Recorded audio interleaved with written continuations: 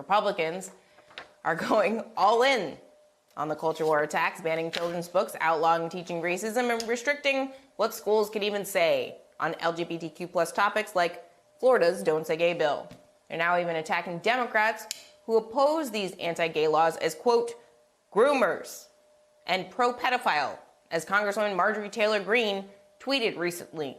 The one state lawmaker in Michigan has shown Democrats how to fight back. Mallory McMorrow, a self-described white Christian suburban mom, reacted with righteous indignation when a fellow lawmaker called her a groomer. McMorrow wasn't afraid of offending anybody at all. She was herself morally offended, and she wasn't afraid to show it. Besides righteous anger, McMorrow also showed Democrats another tool to use: storytelling. Contributing writer to The Atlantic, Molly Jong-Fast, points out in her latest piece, McMorrow told Jong-Fast that she advises talking to people like you would to your friends in a bar. Use the same energy. Don't lead with a long policy paper.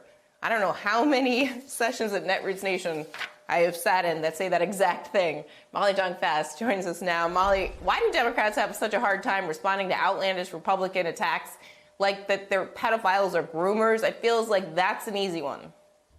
I think it's fundamentally that Democrats think that because they're the good guys, they should win.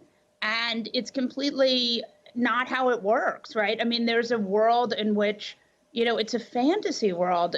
Republicans continue to smear their opponents. And I mean, I wrote about this in my piece. Like, you think about John Kerry, and Hillary Clinton with Benghazi. You have these candidates who are like, we're going to take the high road. And the problem is there's no room for that in American politics anymore. And you really have to address these allegations, even if you feel that you're elevating them, because they're being elevated in the way our information world works now. Do you feel like part of the resistance is because Democrats, that the Michelle Obama rule, like when they go low, we go high. We don't want to get down in the dirt with them. But the avoidance of the righteous indignation in defense of yourself and other marginalized people who happen to vote for Democrats, isn't that not getting down on the dirt? That is rising above, right? I mean, don't you feel like that's part of why Mallory McMorrow's speech was so effective? Yeah, and I talked to Mallory again just now, and we were talking about it, and she said she was like actually enraged that she is a, religious Christian who grew up in the church, and she felt very enraged by these allegations. And, that's sort of good allyship too, to protect, just because, to protect people who are LGBTQ, and that sort of smear tactic has to be addressed. I think I hope it's a watershed moment for Democrats where they realize that they have to stand up for themselves. And in that way, they are also standing up for LGBTQ people. Yeah, one of the things that I found really fascinating about how she centered her identity in defense of others is the fact that that's actually what it says in the Bible. And if you read it, you would know that, because you're supposed to love everybody. That's in the Bible. Okay, so let's just switch gears a bit and just turn to the larger Democratic approach to the midterms and their messaging. Why do you think it's so important for elected Democrats to really put themselves into these stories and use their own identities the way that Mallory McMorrow did to fight back against these culture warriors in the GOP that are passing laws that are harming certain communities and kids?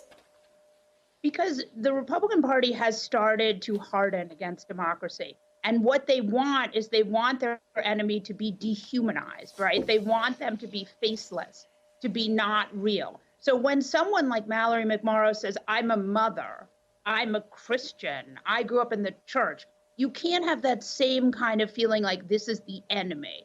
And I think we're in a very, very scary time in American politics. We have a Republican Party that is hardened against democracy, does not necessarily believe in our democratic system, just wants to win.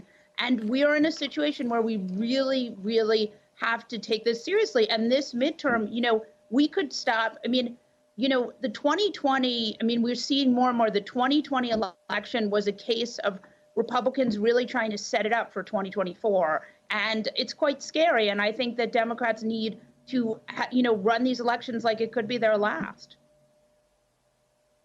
In terms of the tone in Mallory McMorrow's speech, she was angry. And as you said, she was almost enraged, according to your conversation with her. I mean, shouldn't Democrats be angry on behalf of the voters who are being targeted by these policies? Isn't that, I think, the message, part of the message?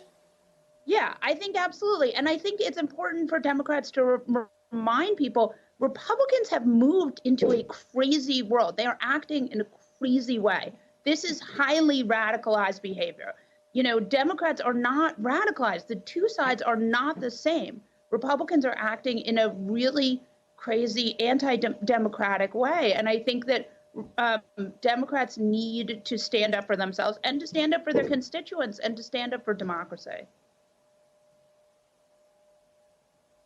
So, Congressman Madison Cawthorn, we only have one more minute here, but this was some new piece of information. He's from North Carolina. He tried for the second time, not the first time, the second time, to bring a gun through airport security. I forgot to put my gun away before I went to the airport. I don't even bring a bottle of water, but okay. And a fellow North Carolina Republican is now calling for an insider trading probe into Cawthorn's holdings of cryptocurrency. I mean, what's your take on the fact that Republicans seem to be in a little bit of disarray? Yeah, Republicans in disarray. That's a headline you're never going to see, but it is certainly true. I think Republicans are trying to get rid of him. I mean, it's 3 weeks before the primary. A lot of the far right-leaning newspapers have released stories about him. We saw pictures of him and at a party in lingerie. We saw the two times he tried to carry a gun. We have seen just a lot of information about him being dropped, and I just think it's not a coincidence. Molly Jong-Fast, thank you so much for being here today, and please stay safe. Hi, I'm Zerlina Maxwell. Thanks for checking out our channel on YouTube. You can see more from Zerlina by clicking any of the videos on this screen, and make sure you subscribe below to stay up to date on the day's biggest stories. Thanks for watching.